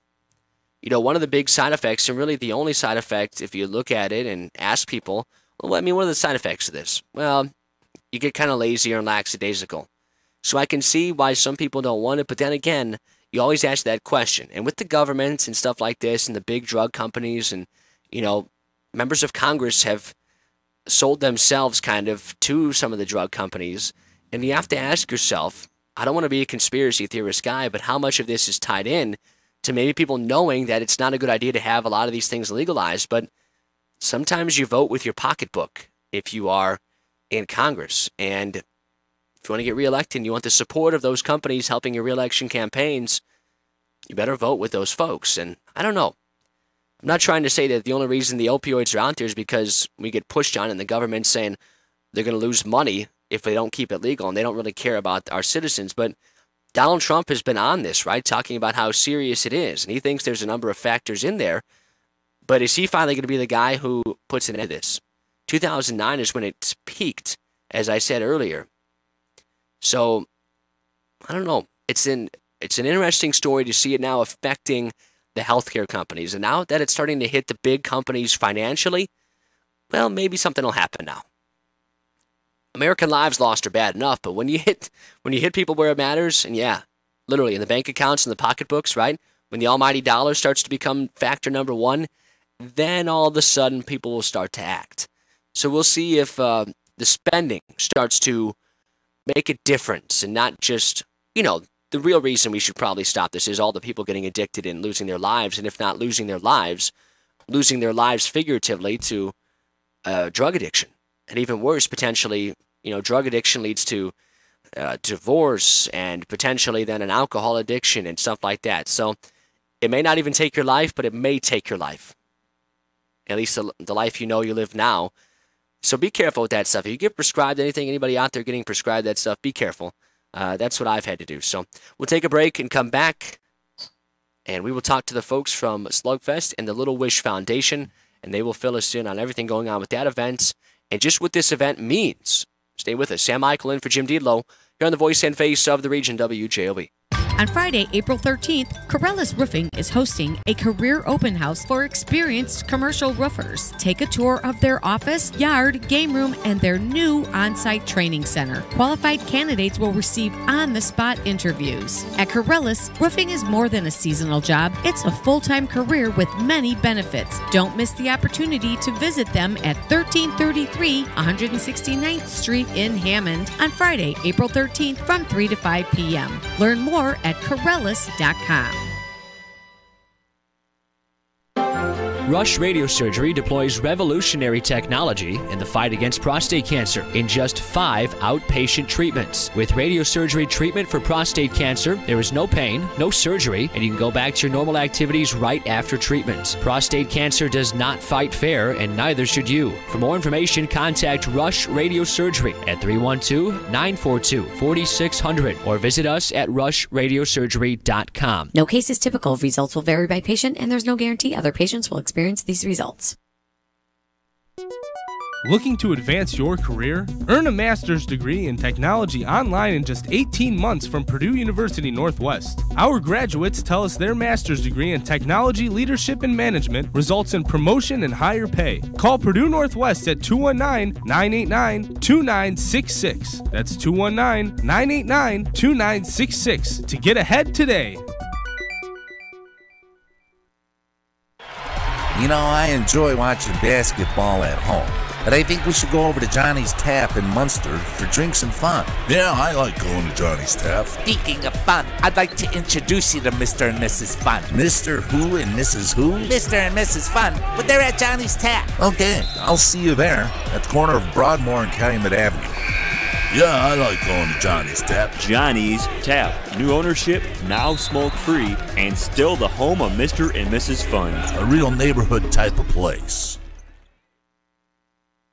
Save the date, April 19th, for the 2018 Fair Housing Act's 50th Anniversary Celebration and Awards Reception being held at the Center for Visual and Performing Arts in Munster from 3 to 8 p.m. At 3 p.m., there will be a continuing education class. From 5 to 6:30 p.m., enjoy a cocktail reception, and 6:30 to 8 p.m., program and awards. Tickets in advance are $35 or $45 at the door. A portion will go to NWIRA programs. That's April 19th from 3 to 8 p.m., hosted by Lake County Housing Task Force and Bankers Community Council of NWIRA.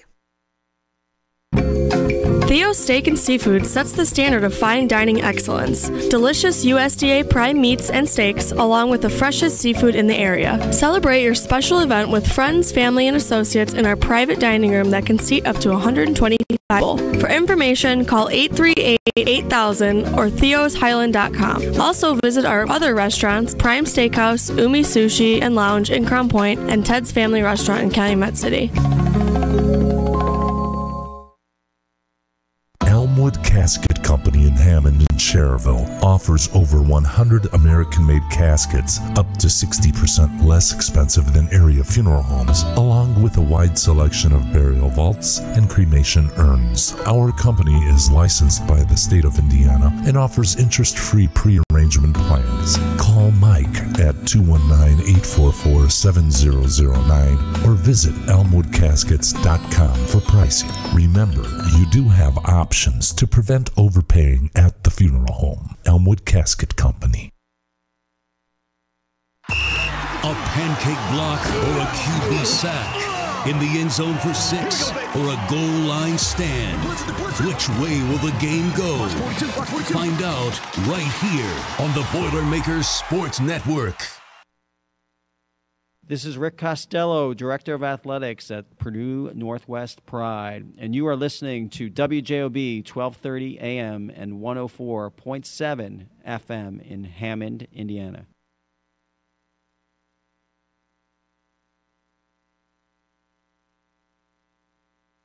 Don't forget, tomorrow, Regent Bandstand at 12 noon with Gino. Gino is great. Gino is just one of those great guys that everybody needs to meet.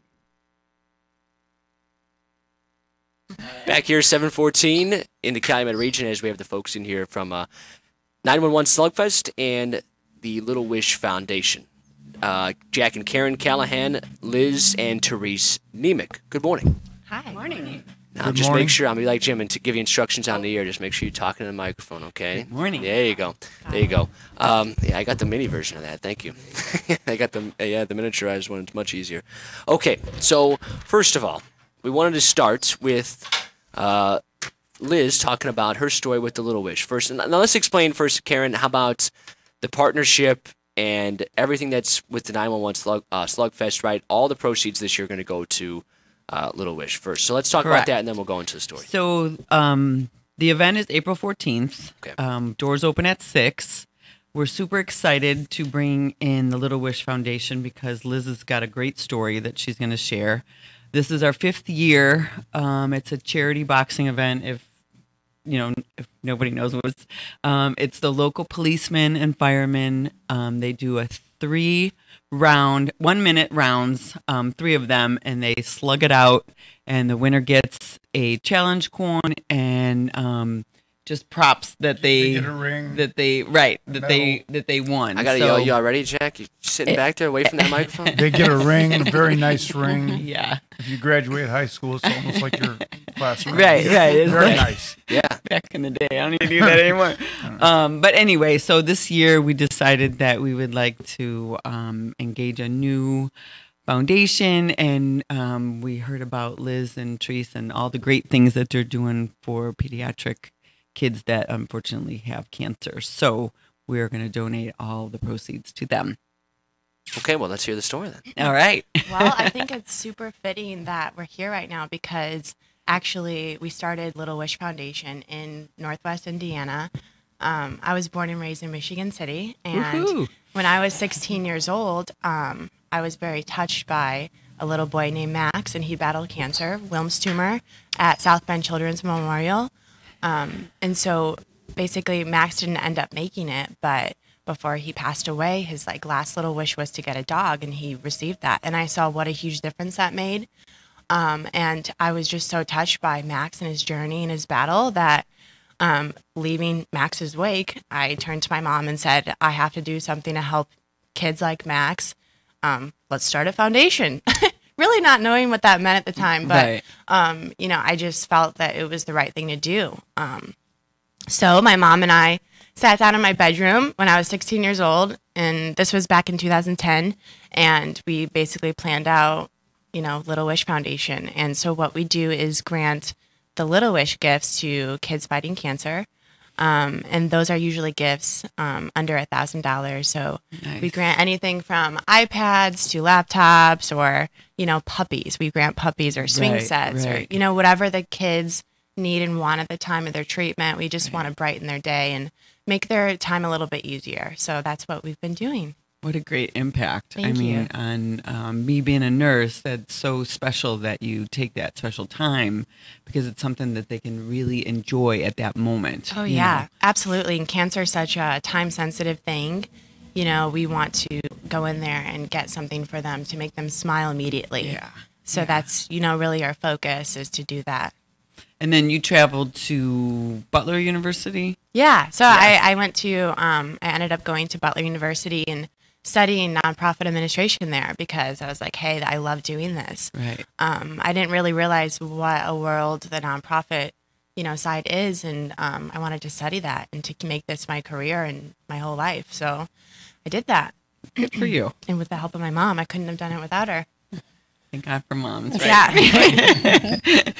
What's the biggest challenge in doing something like this? As you mentioned, you're just sitting in your room and you tell your mom, I want to do this, right? And everybody says that. I want to be an astronaut. But, there's so much you have to do to get to that goal. What a lot of the steps that led to where you're now at today, 8 years later? I think the biggest challenge would definitely have been, at the time especially, I was 16 years old. Right. And so, first of all, when you tell anyone you're trying to do something like this, they kind of, they realize that you don't know what goes into it. Right. Are you going to stick it out? Are you serious about it? And, I'm sure my mom even felt like, hey, I don't know if she's even that serious about this. And she doesn't realize how much work it is. So I think the biggest challenge would be, people taking you seriously and, your attempts to make something like this work, because it is a lot of work. So it's taken a lot of time. It's been 8 years, and right. It's a lot of winging it at first, honestly. And you do this based on passion, and a lot of it is not knowing until you actually try. So definitely that's the biggest challenge for sure, by far. It's very impressive. And it's a challenge. I mean, it's a competition between nonprofits. So that's another big challenge, and it always will be. So. Right. How did the partnership come to be between the four of you? How did you find out about Little Wish? And obviously, this being the 5th year of the event, there has been different benefits, and money has gone to different places over those years. So how did you find this group? We did Make-A-Wish in the past, which is a ginormous organization, and we kind of wanted a friend of ours, Kurt Spivey, runs the same event in Indianapolis, and he's a good friend of Jack's through the boxing world. They coached together, they refereed together. Yeah, we refereed together. So when Kurt decided to change, he lives in Indianapolis. They're from Indianapolis, so he decided, and we felt like we made an awareness of the Make-A-Wish Foundation in Northwest Indiana. And when we heard about Liz and Therese and that they were from Northwest Indiana, we thought, hey, let's switch some gears and still do the same type of impact for kids, and let's just give it to a smaller organization. And I thought that would be a great thing. Now, Therese told us that she didn't want to talk on the radio, so I'm a mean person. I'm going to make you. Talk about that day back in 2010, when your daughter was 16, and she mentioned the idea of doing something like this. What went through your head? Well, she mentioned it to us literally 1 block away from pulling away from the wake. And she said, Mom, I want to start a foundation to help kids with cancer. I don't think it's fair that Max died at such a young age. And actually, I was speechless because the first thought that went through my head was, oh my gosh, how did she think of this? Right. And then the second thought was, oh my gosh, she's only 16 and I don't know anything about this and she's going to expect me to do this, So I was internally processing all these thoughts. I didn't say anything, and 5 minutes went by and she said, Mom, did you hear what I said? And I said, I did. That's a wonderful idea, but I don't know anything about starting a nonprofit. And she said, well, let's go home and Google it. So that's what we did. Wow, and we just started looking up and finding the steps and kind of just figuring out the path. And we've come across some amazing people that really have helped us. Hasn't always been easy. It's been a lot of work, but it's been so rewarding. We feel like we get so much back compared to what we give to keep this going. We've met some incredible families. I think we've touched almost 1,400 children. Wow. Wow. We are in 13 hospitals in 6 states now, so we've really tried to grow this and touch as many kids as we can. That's awesome. So the support from people like the Callahans and selecting us just lets us help so many more kids. We're also in 2 hospitals in Chicago. So I know that a lot of the Northwest Indiana children receive treatment in Chicago hospitals. Right, So they certainly do. We also grant in all 5 children's hospitals in Indiana. So we have the state covered. Yeah, so lots of kids in need, unfortunately. Right. You see this kind of partnership a lot between charities and sports. I don't know if you guys are college football fans at all, but you see now, I think it's between the 3rd and 4th quarter or sometime at halftime, the new hospital built in Iowa at the college football, right behind, over the top of one of the sides of the field there. And in between one of the quarters, and I'd have to look it up to confirm it, which quarter it is, but all the kids or all the fans will stand up, turn around, and wave to all the kids who are up there. And it's become one of the more notable things that go on in sports. You hear about Wisconsin and the jump around and all that stuff, and it's all fine and dandy, but this tradition that has become a new one, but a good one, is something that you see an intersection now a lot of times between something like this with boxing and obviously that in football. So it's an interesting thing. Now, you mentioned the idea behind what is the event, right? Tell the history a little bit of it, how it got started itself. Go ahead. Okay. We went to Indianapolis to see Kurt Spivey's show. And while I was watching the Police Against the Fire, I thought to myself, I've been in boxing about 35 years. I thought we could do it at the Hammond Civic Center. So I mentioned it to my wife, Karen, and we talked about it. And next thing you know, we had our first slugfest. And since then, it's been growing. And I'll tell you, we have a lot of firefighters. I'm proud of all the firefighters and the police officers that come out for this event, because some of them, I had a kid that's been trying to get a fight. I can't get everybody a fight. You can only have so many fights. So I have 13 bouts this year, and the guys have been training very hard. You think they're fighting professional, really, but we got some good kids. And Hammond, we have 7 guys fighting this year, which is, first year I think I had 2 from Hammond. This year it's 7. So maybe next year we'll do a Hammond versus everybody else. Not really, but we get a lot of going well. Support from the city of Hammond too. The and Civic Kurt Center, us, the mayor helps us tremendously, and they all get to train free at the Hammond Boxing Club. Any policeman or fireman gets to train free there, and we have some great coaches at the Hammond Boxing Club. We have Dennis Hardesty, who helped me open up the Whiting Boxing Club. It was his gym, and we opened up that gym, and then we opened up the Hammond Boxing Club. Mayor McDermott helped us tremendously with that. And besides Ralph, we have Marcus Hull, Ralph Ruiz, Rudy Castillo. We have a lot of trainers, and they're good trainers. We have 2 kids that's fighting in finals of the Golden Gloves, and these kids are going to turn pro soon. And Hammond's we're going to have some real good fighters. So all the police and fire, or is it just some of them? No, we have EMTs. Okay, you have to be either an EMT, a firefighter, first responder. A first responder against a policeman. Okay. Yeah. Is there a little rivalry that goes on with that? There's a big rivalry. We get on a job, we're all friends, but then when they get in the ring, and I'll tell them, "I'll take it easy. It's just, it's for a special event." But as soon as the bell rings, it's over. They just fall into their mode. They want to beat each other up, and it's actually a slugfest. So it's very nice. It's good cause. It's very entertaining. We have a DJ there. The music is going, the beer is flowing. It's really a lot of fun. Good ride. It is. Yeah.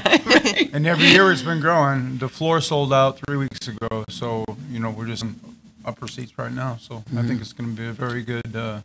Speaking of that, we have some seats to give away. We're gonna, yes. Yes, we do. We will give some tickets away. I'll tell you what. Let's just have some folks. What did you give me? You gave me 20 tickets, I think, right? Yeah, I 10 give you and 10? the general admission for adults, and then the other ones kids for tickets. kids. Okay, so we got 10 kids tickets and the 10 of the general admission. If folks want to, we're gonna make them earn these, or should I do this after you guys leave? Come with some questions. Yeah, come with some questions. Yeah, we'll do that. So be ready to call in for that if you were interested in this. Obviously, folks are. You said 3 weeks ago the floor sold out, and that event coming up here pretty soon, obviously. And I just look at that. There it is, right in front of my face. April 14th, and only 8 days from now. A lot of preparing into this event, right? Yes. A lot. It takes a lot of your time up. Yeah. Well, I wish you guys all the best of luck, and thank you so much for coming on for a few minutes to tell about your story, charity, and about the events. And I think we're going to have someone out there, I assume, right? Yeah, we'll have some people out there. Maybe me. I don't know. See what I'm doing. Do we have a question from Adrian? Is that what we have, or is he coming for the tickets? Okay, we're going to do that after the break. So tell him to hold on, and we're going to get him at break because I'm going to come up with something. Well, maybe I'll be generous. I don't know. We'll see. It's the time. We'll see. We'll see. Thank you guys so much. There's a lot of boxing. Thank you. Thank you. And good luck. Thanks. And, Appreciate it. I know if Jim would always say, if you guys need any help, I'm sure we can get somebody over. Jimmy Mullane over there or something. Not me, but somebody else will. Yeah. Great. I'm kidding, of course. But thank you very much. We'll take a break and come back. Stay with us here on JED in the Region. Sam Michael in for JED this morning. Back after this on WJLB. Eduardo's Natural Pizza in Munster has built a reputation for serving the finest Chicago-style stuffed pizza, loaded with fresh and natural ingredients. Not interested in stuffed pizza? Eduardo's has the best thin-crust pizza, appetizers, salads, pastas, and more. Pick up a half-baked pizza from Eduardo's to take home and bake at your convenience. It's the perfect solution for those hectic nights. Eduardo's is located at 7920 Calumet Avenue in Munster. Dine in or carry out by calling 836-2010. Laborers Local 41, together with Indiana Laborers Training Center and our signatory employers, provide state-of-the-art instruction in all areas of the construction industry, from hazardous material handling and environmental remediation to road construction and highway safety. Remember to slow down in construction zones and that the Local 41 members working there are mothers, fathers, coaches, and mentors. Laborers Local 41. We build Indiana in more ways than one. This is Dr. Mary Tilak, and you're listening to WJOB, AM 1230 and FM 104.7 in Hammond, Indiana. 7:29, we're back here. Okay, they wouldn't let Jack leave. Adrian Santos wants to talk to him, so all the folks stayed here. So we'll take Mr. Santos. Go ahead, you're on with Jack Callahan and all the folks here. Hey, good morning. Just wanted to say thank you for what you guys do.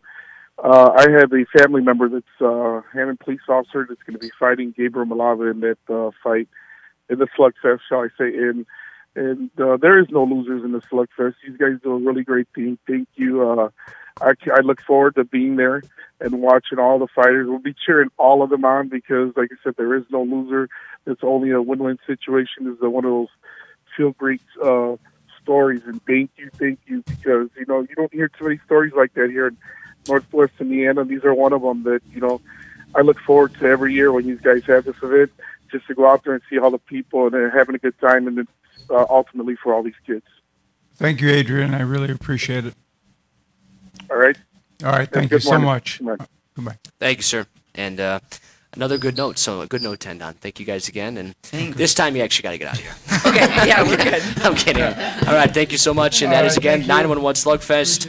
April 14th, Saturday, is the date on that at the Civic Center. Event starts at 6 p.m. The doors open. The fight starts at 7. Hope folks can make it out to that. We got some tickets coming up next on the Voice and Face of the Region, WJLB. JED's Garden Family Restaurant, located at the corner of Klein and Ridge, is Griffith's locally owned family restaurant with a down-home feel and made from scratch favorites you will love. Open daily from 5 a.m. to midnight, JED's has you covered with breakfast omelets, salads, stir-fry, seafood, and steak sandwiches. In addition to our award lemon rice soup, 4 additional soups are served daily.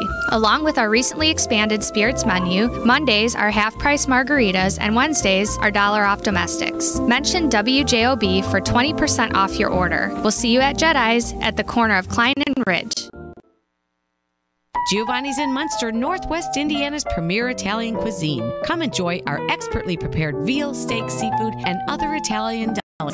Experience over 20 years of entertainment with our piano player Jack every Friday and Saturday evening in the lounge. And join our VIP or e-rewards on your next stop in. Host your special event, shower, or celebration in our back room. Giovanni's is located at 603 Ridge Road in Munster. Call 836-6220 to make a reservation. Check out our menu at giosmunster.com.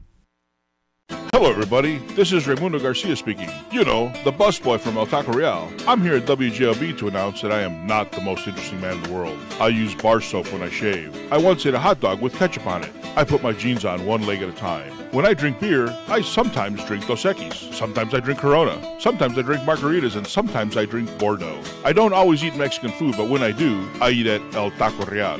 At El Taco Real, you can get Dos Equis, Corona, great margaritas, as well as fine wine. So when you want great Mexican Mexican food, go to El Taco Real. I'm the busboy, Raimundo Garcia, and not the most interesting man in the world. El Taco Real is located on Hoffman Street between Calumet and Columbia Avenues in beautiful North Hammond, Indiana. We're open Tuesday, Wednesday, and Thursday from 11 till 10, Friday and Saturday from 11 to 11, and Sunday from 11 till 9. Stay hungry, my friends. Everything Italian. That's what you get at Giuseppe's restaurant in Cherville. Let's hear from Giuseppe himself. We make our own gelato in-house. We do quite a bit of different flavors. We have like pistachio, chocolate. We do lemon and strawberry sorbet, and it's very, very good. It's smooth texture, very intense flavor. It's healthier, a little healthier, absolutely. Our cannolis, they're phenomenal. They're chocolate dipped. That's not common. My brother-in-law's cousin's wife, she makes the tiramisu and the cannoli, and they're just both very, very good. Giuseppe's Everything Italian is located at 1000 Eagle Ridge Drive in Cherville, just north of the Showplace Theaters. Dine-in, carry-out, and delivery. 219-322-0011 or visit giuseppespizza.net. Giuseppe's is now serving wine. The 5th annual 911 Slugfest at the historical Hammond Civic Center will be held on Saturday, April 14th, with the doors opening at 6 p.m. This action-packed boxing charity event will feature the local policemen and firemen boxing out 3 one-minute rounds with an estimated 12 to 13 bouts overall. This year, all donations will be going to the Little Wish Foundation, an organization started in Michigan City helping seriously ill children facing the challenges of pediatric cancer. Tickets for 911 Slugfest can be purchased at ticketfly.com or by calling the Hammond Civic Center. Questions? Call Jack or Karen Callahan at 219-306-1203. Hi, this is Verly Suggs, Jim's Tuesday morning co-host, and you're listening to WJOB AM 1230 and 104.7 FM in Hammond, Indiana. 7:34, we got just about 10 minutes. If you want to be a part of this, call in now. Part of the 911 Slugfest tickets. Again, we'll give you 2 and 2. If you got some kids or yourself, or if there's 4 adults, we'll do 4 total. We'd like to do 2 of each, though, if you have kids in a family. But either way, we'll do that. So call in. I'll ask you a question on the air. Don't want to give the question now. In the age of the Google machine, you can punch that all in, and it's too easy. So we got to make sure we earn these questions. They're not going to be too hard, but I want to make sure we get people to earn them. As we get some folks on the line, we'll do some traffic and weather. Traffic first, and that's starting to become serious on a couple of roadways. Eisenhower from Des Plaines on in is bumper to bumper. So is Illinois Route 171 on the Stevenson northbound. The Tri-State's bad from Harlem Avenue up to United States Highway 34. The Dan Ryan from East 130th Street basically all the way in. A couple areas get a little bit better, but not great. So watch out for the Dan Ryan Skyway, maybe your best bet today. 80's good, so is 65. Traffic is brought to you by Napleton River Oaks Honda. Visit them at riveroakshonda.com. 35 degrees and sunny right now, 38 for our high today. Clouds giving way to sunshine. Tonight, 20 degrees, partly cloudy and quite cold. Tomorrow, 37 on Saturday, and then Sunday is 39, so not great, but next week might get in the 60s toward the middle part of the week. That is brought to you by Laborers 41. Visit them at laborers41.com. Looking at the stock market overnight before the stocks open about an hour from now, the Dow Jones future is down 208 points. S&P 500 is down 20. The NASDAQ is down 58.5 so far. Okay, I've come up with some questions, a couple of easy ones to kick us off here. So we're just going to go in order. We're going to go right down the line here. And we'll start with Joe first. Joe, you ready tickets? Yes, sir. All right. Here's my question to you. Finish this kind of historic and well-known phrase. At least I hope you know it. Down goes who? Down goes Frazier. Down goes Frazier. All right. That a boy. How many tickets you need, sir? 4 would be great. You got kids too? Or all adult tickets? My 3 sons. You and... well, 2 of them are adults, 2 are over 18, and 1's 17, and then me. So. Okay. Well, we'll have to see what the kids' tickets count as here. I don't. We'll get you 4 either way. 12 and under. So you take 4 adult tickets. All right. We got Joe down for 4 adult tickets. Make sure and Ryan will talk to you off the air to make sure we get that set up. Okay, Joe? Congratulations. Thanks, sir. Appreciate it. Thank you. All right. Next is Cindy. Cindy, you want to win some tickets? Yes, I do, but I didn't know there was going to be a question in it. I was just calling in to get them. You're going to get this one right, though. I got a perfect one for you. What former boxer has his own line of miniature grills? George Foreman. George Foreman. There you go. You got it. All right. Great. How many tickets you need? I'd like 4. All adult tickets? 4 adults. Okay. 4 adults. All right, so we've only got the 2 adults left now, but we're selling them out. All right, Cindy, congratulations. Okay, Ryan's... you know what? I want to tell Jack. Jack, how come you don't get Angel in there? Angel Escobedo, is that who you're talking? No, Angel Solis. Oh, I don't He's know. a firefighter. We'll have to. Is Jack gone? Yeah, he ran out of here now. Oh, okay, no problem. I'll tell you what, He's though. a firefighter. I just wanted to see him go in there and. Yeah, you think he'd get be a roughed good up. boxer? No, I think he'd get roughed up good. Oh, he'd get roughed up. Okay. You got an ulterior Thank motive, you. huh? Okay. Ryan's going to get you ears, so All right. stay online, okay? Ryan, you got Thanks. Sydney? Ryan, you got Sydney? Okay.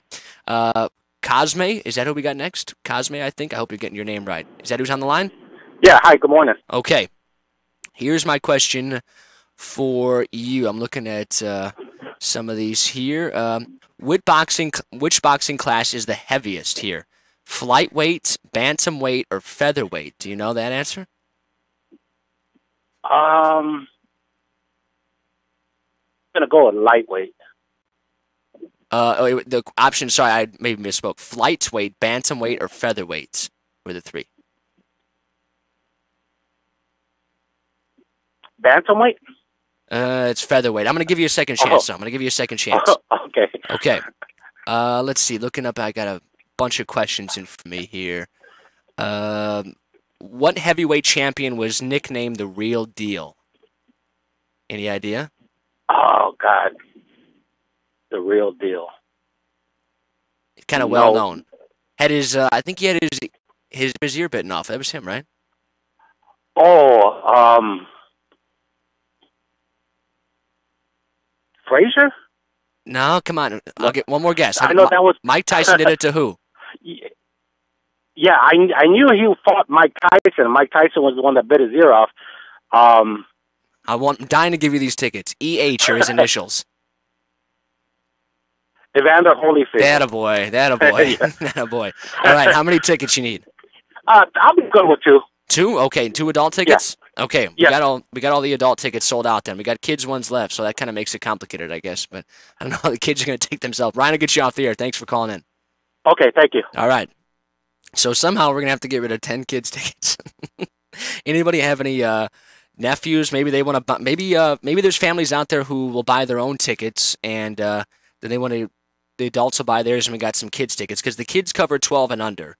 So those are going to be a little bit harder to give away. Here's the general admission ones, and we've got those all taken. So glad folks called in and got those, and hope they enjoy those. Again, this event is 911 Slugfest. It's the 5th year already for this event. If you haven't heard of it, Police and Fire charity boxing event, Saturday, April 14th, 2018.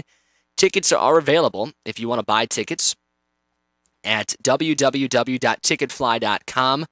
Reserve tickets are $35 and $30, I believe, would be in advance $30, $35 at the door, I'm assuming. General admission is $10.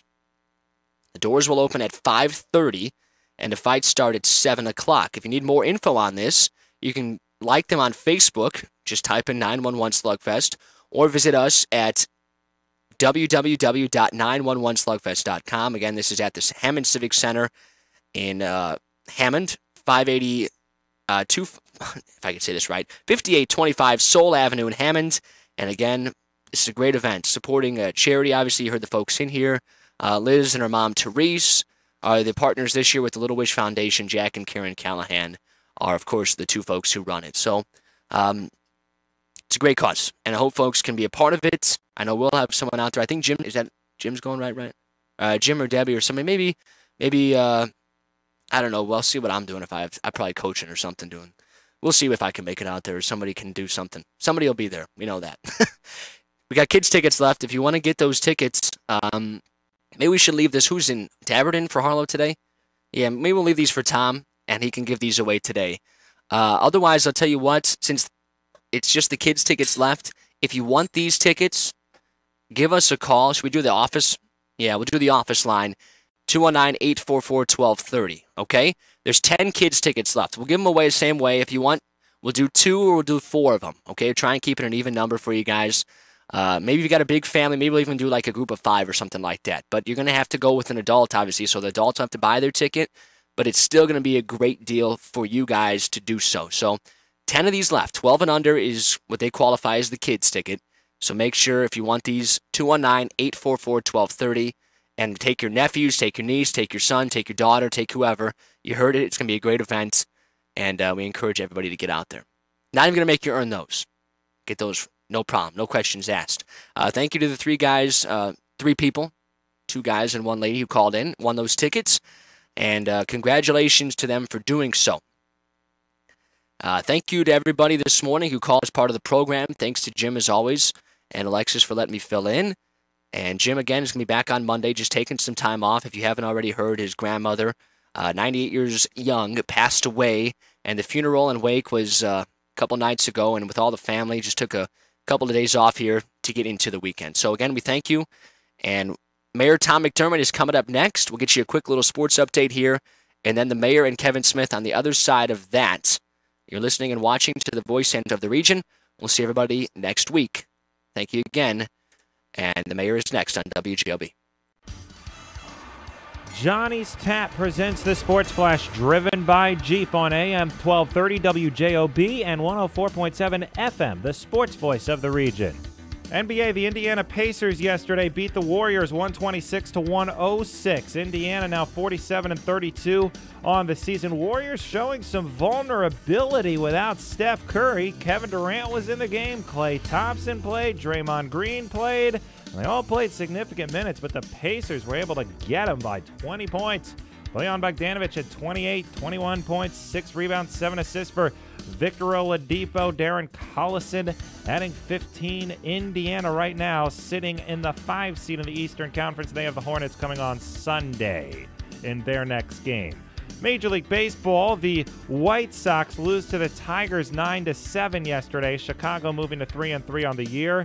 And the bullpen was a disaster for Chicago yesterday as they scored 3 runs in the 9th, did Detroit, and then 2 in the 10th. Gregory Infante, Joakim Soria, Aaron Bummer were all bad. James Shields, the starting pitcher, lasted 5 innings. He gave up 8 hits and 3 runs. And so Chicago, with the late inning collapse, is now 3-3